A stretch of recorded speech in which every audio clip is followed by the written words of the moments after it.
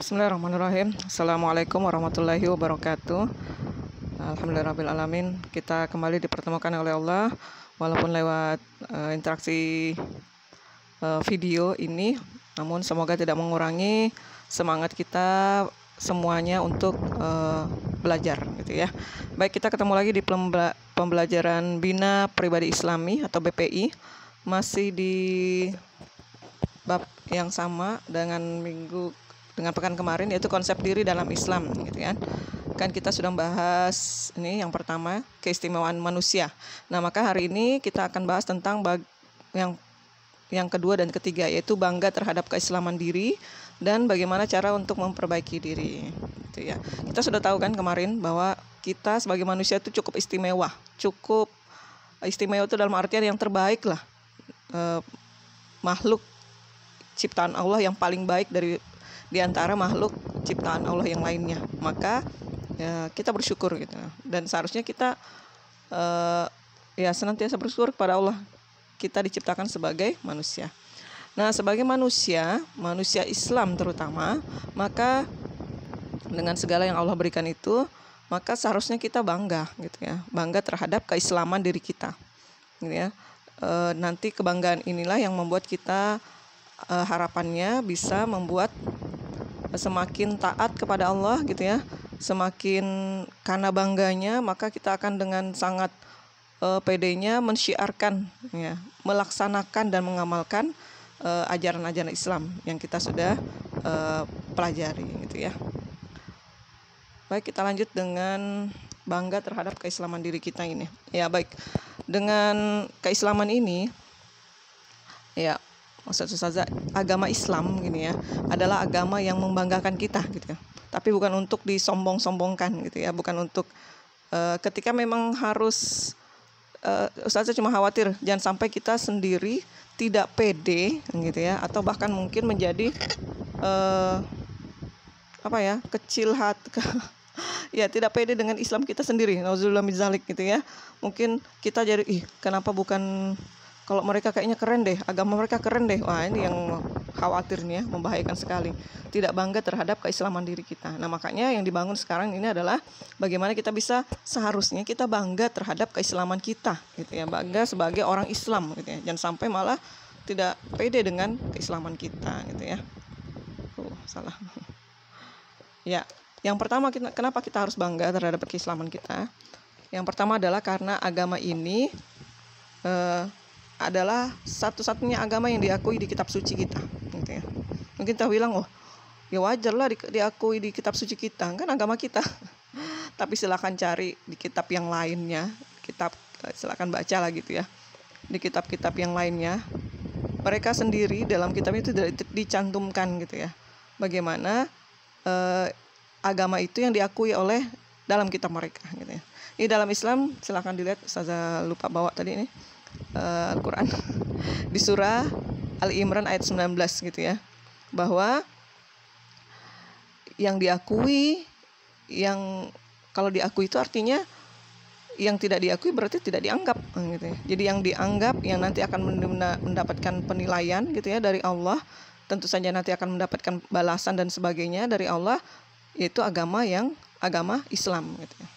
Nanti silakan dibuka Al-Qur'annya, surah Al-Imran, surah ketiga ayat ke-19. Apa istilahnya? Legal gitu ya. Tahu kalau tidak legal atau ilegal, tidak sah gitu ya. Tidak legal itu tidak resmi gitu ya. Jadi ini agama yang resmi gitu, jelas resmi gitu ya. Kita kalau ada apa-apa, kalau tidak resmi, kita tuh takut gitu ya. Perbuatan-perbuatan kalau tidak legal, tidak resmi, itu kita khawatir gitu ya. Mau pergi ke luar negeri, tidak resmi, misal mau ke Tawau aja, tidak resmi, itu bahaya. Nanti kita ditangkap. Jadi kalau sudah resmi, maka itu insya Allah aman gitu. Nah, agama kita ini agama yang aman karena resmi dan diakui oleh Allah gitu ya, dalam surah Al-Imran ayat 19 itu. Nah, itulah kenapa kita bangga. Yang lainnya tidak diakui gitu ya. Seperti itu. Yang kedua, kenapa kita harus bangga terhadap keislaman diri kita ini adalah karena Islam ini adalah agama yang syamil. Ya, ini termasuk kenapa Ustazah memberikan nama anak Ustazah Syamil. Syamil itu sempurna, tanpa harus ada direvisi. Cobalah lihat di ajaran agama yang lain, kitab-kitabnya. Kitabnya itu ada yang misalnya nih, ada salah satu agama, kitabnya itu harus ada perjanjian lama, ada perjanjian baru. Loh kenapa? Karena ternyata sudah tidak sesuai, akhirnya direvisi. Direvisi itu maksudnya diubah, disesuaikan, diedit gitu ya, diedit supaya sesuai dengan kondisi zaman. Nah itu bayangkan itu. Nah agama kita, kitab kita ini, terutama kitab kita, Al-Quran itu tidak perlu direvisi, ya, tidak perlu diedit-edit gitu. Dan itu sudah sesuai mulai dari zamannya Nabi Muhammad sampai zaman kita sekarang, itu sudah sempurna. Islam ini adalah agama yang sempurna dari segi kitab lah, dari segi agama, dari segi nama. Islam itu juga nama yang sangat baik sekali, yang sempurna sekali. Islam itu artinya selamat gitu ya, salam, selamat. Banyak sih nama-nama Islam itu, salah satunya adalah selamat.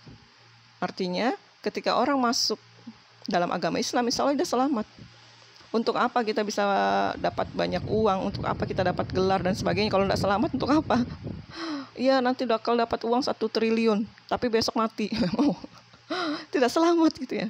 Nah, sesiapa yang masuk di dalam agama Islam itu dijamin keselamatannya, gitu ya. Coba bayangkan mereka-mereka yang dalam kondisi tidak aman, tidak nyaman gitu ya, dalam kondisi perang gitu ya. Nah itu, jadi jauh lebih nyaman ketika kita dalam kondisi selamat. Apapun yang kita inginkan selamat. Selamat di dunia dan selamat di akhirat. Selamat di akhirat apa ya? Kita tidak ke neraka, kita ke surga. Nah itu selamat maksudnya. Jadi sesiapa yang masuk agama Islam, dia selamat. Ini dari segi nama dia sudah sempurna. Dari segi ajaran-ajarannya, cobalah. Ini agama yang paling sempurna, luar biasa. Ada dalam satu ajaran agama itu yang dia tidak boleh makan daging.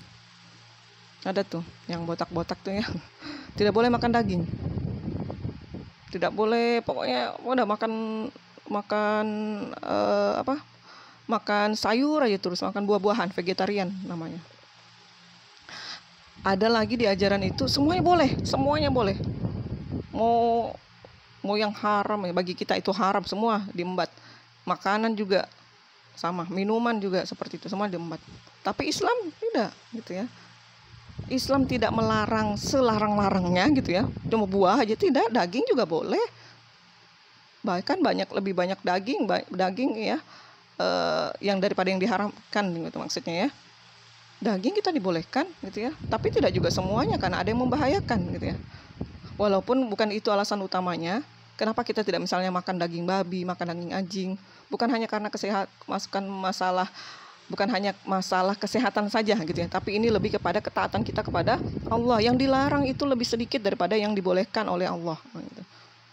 Dan itu yang sudah sesuai gitu ya, sesuai kesehatan, sesuai fitrah kita sebagai manusia. Kita tidak butuh sebenarnya protein dari misalnya babi atau anjing, itu tidak, atau minuman, kita tidak perlu minuman keras gitu ya. Yang sudah cukup untuk menyehatkan kita ya sudah, ya, susu dan semua yang dihalalkan gitu ya. Nah ada lagi juga, nah itu ya, sempurnanya agama kita itu tidak terlalu melarang-larang, tidak juga terlalu membebaskan gitu ya, tidak, sempurna sekali. Lalu apalagi dari segi sempurnanya, tadi dari kitabnya, dari segi namanya, dari segi ajarannya. Nah ada juga nih, kalau beribadah,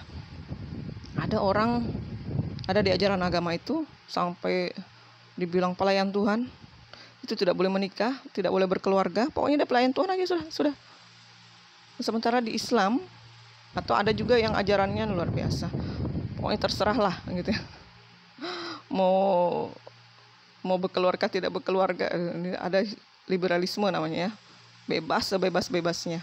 Nah Islam tidak juga mengekang manusia, tidak juga terlalu membebaskan manusia. Kita kalau ibadah dilarang, bahkan sama Rasulullah itu kalau puasa tiap hari dilarang, harus adalah kita buka. Dilarang kita itu tidak bergadang semalaman hanya untuk mau sholat tahajud, tidak. Makanya justru sholat tahajud itu jauh lebih baik setelah tidur. Artinya harus ada tidurnya, tidak boleh kita begadang terus. Kita begadang juga tidak bagus buat kesehatan. Ada lagunya itu ya, Roma Irama, bergadang jangan bergadang ya. Artinya begitu sempurnanya agama kita ini ya. Jadi tidak terlalu membebaskan, tidak juga terlalu mengekang harus sholat terus, harus puasa terus, tidak, dilarang sama Rasulullah, jangan begitu, tidak boleh. Nah, itu seimbang kita nih, agama kita ini sempurna sekali, dan masih banyak lagi gitu ya. Jadi agama kita ini cukup wow, luar biasa gitu ya. Sudah sangat sempurna. Kita tidak butuh ajaran-ajaran yang lain gitu ya. Apa yang sudah Allah tetapkan dalam kitabnya itu sudah luar biasa. Belum lagi masalah kitab suci Al-Quran itu ya. Jadi bahkan sains saja sebegitu sempurnanya gitu ya. Sains saja itu banyak diketahui dari Al-Quran. Cuman kalau kita ini kan ya enggak tahu gitu. Misalnya aja masalah perkembangbiakan misalnya ya. Perkembangbiakan manusia. Itu nanti akan kalian pelajari di biologi yang lebih ininya itu ya. Bukan main, secara detail dalam Al-Quran dijelaskan bagaimana manusia itu dari segumpal darah, lalu daging, lalu ada tulang, lalu ada daging lagi membungkus tulang tersebut, lalu berapa lama di dalam rahim. Itu luar biasa. Allah jelaskan secara detail gitu ya. Kalau misalnya mau menjelaskan lagi masalah Fir'aun, itu kan baru ditahu sekarang gitu ya, kalau ternyata mengandung maksud Ustazah, itu kan cerita Nabi Musa gitu ya. Itu jauh sebelum ada Nabi Muhammad. Dan kita tahu ceritanya itu dari Al-Quran. Dan ternyata secara sains diketahui bahwa mayatnya Fir'aun itu mengandung garam.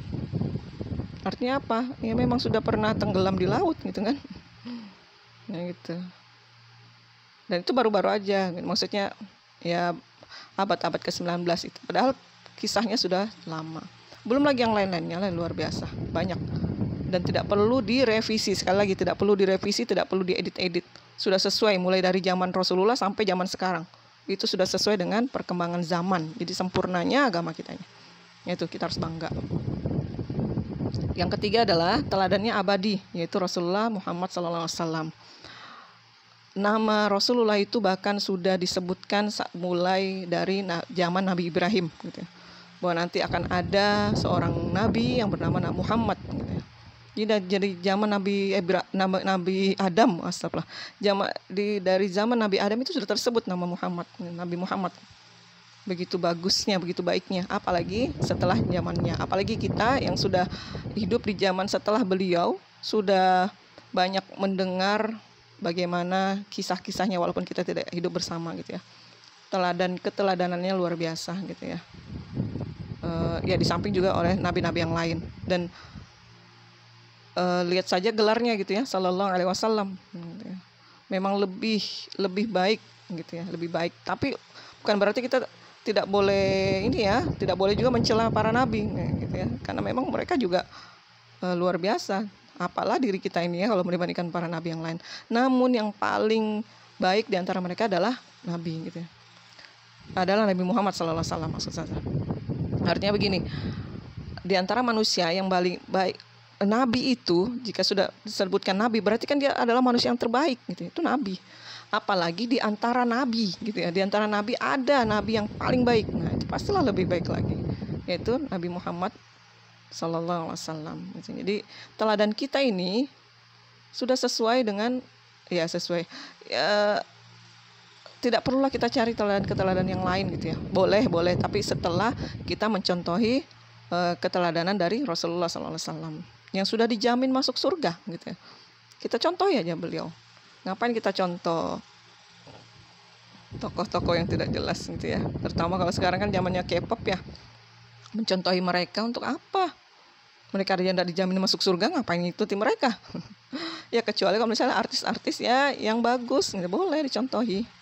Tapi setelah mencontohi Rasulullah, yang pertama Rasulullah dulu. Nah gitu ya. Nah itulah kita bangga gitu. Ada Rasulullah sebagai teladan yang abadi insya Allah. Yang keempat adalah Islam adalah agama tauhid. Tauhid itu mengenal hanya satu Tuhan, yaitu Allah. Kita tidak mengenal yang namanya banyak Tuhan. Kalau banyak Tuhan itu artinya dia tidak maha kuasa. Dia tidak lebih baik. Yang paling hebat itu berarti satu, dia sendirian. Kalau dia masih dibantu dengan yang lainnya, nah berarti kan dia bukan yang terhebat, ya kan? Dan kita mengenal hanya satu Tuhan yang maha kuasa, yaitu Allah Subhanahu wa Ta'ala. Kan ada tuh di ajaran yang lain tuh. Ada namanya Tuhan Anak, Tuhan Bapa, Tuhan Roh Kudus ya.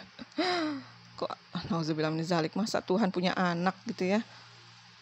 Berarti dia berkeluarga, nauzubillah gitu ya. Makanya Allah marah sekali itu setiap tanggal nanti kalau Desember itu. Allah marah sekali sebenarnya. Masa dibilang Tuhan punya anak gitu ya. Tuhan ada bapaknya. Nah, astagfirullah. Jadi Tuhan itu ya, Allah itu ya satu-satunya, Rob itu ya hanya satu, tidak perlu bantuan orang lain, dia tidak butuh orang lain, tidak butuh makhluk lain, tidak butuh sesuatu gitu ya. Dan hanya dia yang berkuasa. Nah, itu yang terhebat. Nih kalau masih ada wakilnya, masih ada temannya, masih ada partnernya, ya belum hebat dong, gitu ya. Misalnya kalau kita mengenal, kalau istilah malaikat tuh ada namanya juga istilah dewa gitu ya. Yang nurunin hujan lain, yang kasih azab lain, yang kasih rezeki lain gitu. Lain-lain Tuhannya gitu ya. Dewa angin, dewa hujan, dewa padi, dewa macam-macam dewanya. Dewa itu kan Tuhan ya. Banyak betul Tuhannya. Jadi siapa yang paling Tuhan? Nah, kita alhamdulillah tidak membingungkan. Tuhan tuh ya satu dan dia yang paling maha segalanya, yaitu Allah. Sehingga ya kita ya cukup dengan Allah saja. Tidak perlu Tuhan-Tuhan yang lain. Ini membanggakan gitu ya. Tidak bingung kita dengan banyaknya Tuhan gitu ya. Ya. Jadi ini kenapa kita bangga terhadap keislaman diri kita. Itu ya 4 hal. Agama yang diakui. Yang kedua, agama ini sudah sempurna, sudah syamil, perfect, tanpa harus ada revisi. Ketiga, teladannya abadi. Dan keempat, Islam ini adalah agama tauhid yang membanggakan satu ya. Zat yang maha itu satu saja. Kalau sudah banyak itu berarti tidak hebat dong, dia masih butuh orang lain gitu kan. Ya itulah kenapa kita bangga terhadap keislaman diri kita. Kalau kita lanjut, nah bagaimana cara memperbaiki diri kita. Jadi setiap manusia itu pasti punya, Ustazah tulis di situ pasti huruf besar semua. Pasti itu pasti pernah berbuat dosa, itu pasti. Rasulullah pernah ditegur di surah Al-Basa gitu ya, karena kesalahannya sedikit sekali, kecil sekali, hanya berwajah masam, kayak jengkel gitu. Dan Allah langsung tegur, luar biasa ya di Al-Basa itu. Namun Rasulullah itu maksum, dihapuskan dosa-dosanya kalaupun ada gitu ya, kalaupun itulah ya. Tidak ya, manusia yang suci gitu ya. Dan ditambah lagi dengan para sahabatnya, ada 10 sahabat yang dijamin masuk surga. Nah, itu artinya ya, seperti itu. Apakah mereka pernah punya kesalahan? Pernah lah gitu ya. Apalagi kita yang belum tentu ada jaminan masuk surga, ya jelas lah pasti kita pernah semuanya berbuat dosa. Namun orang yang baik itu bukanlah orang yang tidak pernah berbuat dosa, bukan. Orang yang selalu baik aja itu bukan. Tapi orang yang baik itu dalam pandangan Allah adalah ketika dia berbuat dosa, segera bertobat. Nah, itu namanya orang baik.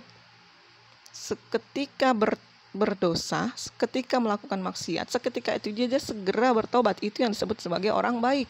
Bukan orang yang tidak pernah berbuat dosa, bukan. Ini gitu ya. Jadi senantiasa bertobat itu adalah hal yang baik gitu ya. Sekali bosan nanti tobat terus, biarkan dosanya yang bosan. Biarkan dosanya yang bosan, lihat kita istighfar gitu ya. Gitu. Kitanya jangan pernah bosan gitu ya, untuk bertobat, karena sepanjang nyawa belum ditenggorokan maka Allah masih menerima tobat kita gitu ya. Itu tobat aja terus, istighfar terus, banyak-banyak istighfar gitu ya. Nah, di sini ada hadis riwayat Muslim. Rasulullah ya, berkata ya, Rasulullah bersabda, maukah kalian aku beritahukan amalan yang dengannya akan menghapus dosa-dosa dan mengangkat derajat. Salah tulis ya, mengangkat derajat. Oh, sebentar. Sebelum ke sini lah ya. Ini ada kata menghapus dosa-dosa. Itu kenapa harus menghapus dosa-dosa? Jadi begini. Salah satu yang kita sangat inginkan itu adalah rahmat Allah. Jadi ada kisahnya begini. Ada seseorang yang ingin berbuat baik saja terus, beribadah saja terus. Lalu kemudian dia mengasingkan diri, pergi ke sebuah daerah yang tidak ada orang. Jadi dia beribadah, fokus beribadah sampai mati, sampai meninggal gitu ya. Lalu kemudian di hari pengadilan, di hari kiamat, kemudian ditanyakan, dengan segala amalanmu ini, kata Allah, apakah kau masuk surga atau neraka? Lalu dia dengan pedenya, oh iya, saya masuk surga lah. Dengan segala amalan saya, ibadah-ibadah saya, saya masuk surga. Jadi kamu masuk surga karena amalanmu? Iya, katanya. Lalu kata Allah, wah, bukan. Kamu masuk surga bukan karena amalanmu, tapi karena rahmatku. Oh, kok bisa gitu ya? Oke, kata Allah. Kita hitung perbandingan nikmatku yang aku berikan, kata Allah. 1 biji, sebelah aja, sebelah matamu, katanya. Sebelah matamu yang kau pakai, kata Allah, mulai dari lahir sampai meninggal, itu dihitung dengan, kalau mau pakai timbangan gitu ya, dihitung, dibandingkan dengan amalanmu semuanya, mulai kau mengasihkan diri, pokoknya semua amalanmu. Lalu ditimbanglah nikmat sebelah matanya saja dengan seluruh amal ibadah orang itu. Dan ternyata jauh lebih berat timbangan manfaat dari sebelah mata yang dia gunakan daripada amalnya. Lalu katanya itulah. Jadi kalau cuma masalah amal, habis amalmu. Kalau cuma gara-gara amalmu, kalau mau dipakai perbandingan dengan sebelah aja mata, itu baru mata. Belum mata sebelahnya, belum telinga, belum mulut, belum hidung, belum tangan, belum otak. Oh ya Allah, banyaknya. Jadi seseorang itu bisa masuk surga karena rahmat Allah. Salah satu yang mendapat rahmat itu adalah dengan diampuni dosa-dosanya. Nah, itu. Jadi dosa-dosa itu seperti perisai, penahan. Jadi kata Allah, semua orang sebenarnya bisa masuk surga kecuali yang tidak mau. Siapa yang tidak mau? Yang tidak mau bertobat. Yang tidak mau masuk ya itu yang tidak mau bertobat, yang sombong. Gitu ya. Jadi itu ya. Jadi dihapusnya dosa itu akan mengundang rahmat Allah. Dan orang yang diberikan rahmat oleh Allah, insya Allah akan masuk surga. Ya walaupun orang yang sudah dapat rahmat Allah itu ya pastilah akan melakukan amal-amal ibadah yang baik dan tidak akan melakukan hal-hal yang buruk. Gitu. Jadi tidak hanya semata dari perhitungan amal ibadah saja, gitu ya. Tapi karena rahmat Allah, gitu ya. Yaitu salah satunya dengan bertobat, gitu ya. Dengan dihapuskannya dosa-dosa kita. Dengan rahmat kasih sayang Allah, maka Allah mengampuni dosa-dosa kita, gitu ya. Jadi itu yang harus kita kejar dulu, diampuni dosa-dosa kita. Ya, kita kembali ke hadis ini. Maukah kalian aku beritahukan amalan yang dengannya akan menghapus dosa-dosa? Nah ini. Dan mengangkat derajat. Para sahabat menjawab, mau wahai Rasulullah. Beliau bersabda, menyempurnakan wudhu di saat sulit, banyak melangkah menuju masjid, dan menunggu sholat setelah sholat. Itulah ribat atau perjuangan. Hadis riwayat Muslim. Jadi ini ada amalan yang bisa menghapus dosa. Kalau bisa menghapus dosa berarti rahmat Allah datang. Apa itu? Pertama, menyempurnakan wudhu di saat sulit. Di saat sulit itu apa ya? Sulit dapat air boleh, lagi bermasalah boleh, susah menghafal boleh, lagi apa sajalah gitu ya, lagi yang kayaknya susah, langsung kita segera berwudu. Nah, itu. Kita rasa galau, kita rasa pusing, kita rasa mau marah dan sebagainya, maka segeralah berwudu. Gitu ya, menyempurnakan wudu. Coba bayangkan Bilal itu sandalnya saja sudah terdengar di terompahnya itu ya, sandalnya, sepatunya itu sudah terdengar di surga. Salah satunya adalah dengan selalu memperbaharui wudu. Ini kalau dia batal lagi segera berwudu, batal lagi, pokoknya dia selalu sempurnakan wudunya. Dia jangan sampai dia tidak wudu dalam kondisi batal wudu lah.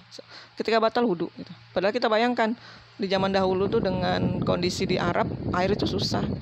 Ya apalagi kita kalau cuma sekedar pergi ke kamar kecil gitu ya, ke belakang misalnya untuk wudu.